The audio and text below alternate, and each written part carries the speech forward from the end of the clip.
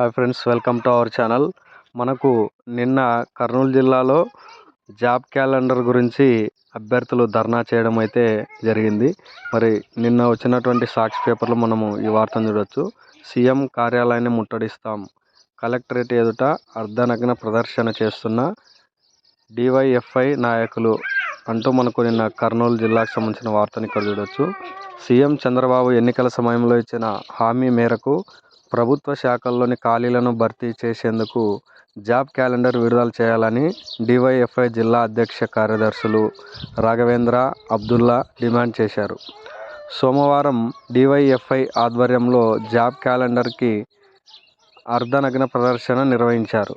ఈ సందర్భంగా వారు మాట్లాడుతూ, విద్యాశాఖ మంత్రి నారా లోకేష్ ఏటా జనవరిలో జాబ్ క్యాలెండర్ను విడుదల చేస్తామని ఎన్నికల సందర్భంగా హామీ ఇచ్చారన్నారు. అయితే అధికారంలోకి వచ్చి 2 ఏళ్ళు అవుతున్నా హామీని అమలు చేయకపోవడంతో ఎంతోమంది నిరుద్యోగులు ఇబ్బంది పడుతున్నట్లు చెప్పారు.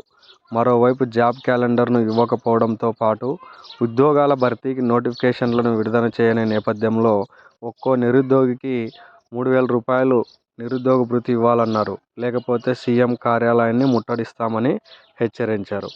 ఇది మనకు ఫ్రెండ్స్ వార్త. అయితే మరి మనకు ప్రభుత్వం ఉగాది రోజున అంటే మార్చి 19 రోజున జాబ్ క్యాలెండర్ విడుదల చేస్తామని మనకు అసెంబ్లీలో మంత్రి గారు ప్రకటించిన వార్తలు కూడా మనం ఈ మధ్య చూసాము.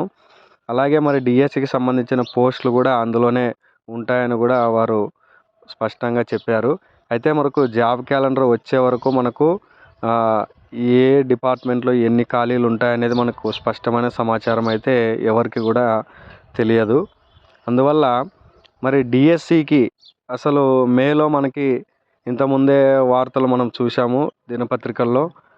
మనకు టీచర్ల యొక్క బదిలీలు మే దాకా పడతాయని, అలాగే జూన్లోనూ నోటిఫికేషన్ వస్తుందేమో అనే అనుమానాలు కూడా మనకు వ్యక్తమవుతున్న నేపథ్యంలో మరి నోటిఫికేషన్ డిఎస్సికి సంబంధించి ఎప్పుడు ఉండొచ్చు ఏమనేది దాదాపుగా మనకు పంచాయతీ ఎన్నికలు ఉంటే నోటిఫికేషన్ లేట్ అవుతుంది అని మొదట్లో అందరూ అనుకున్నారు.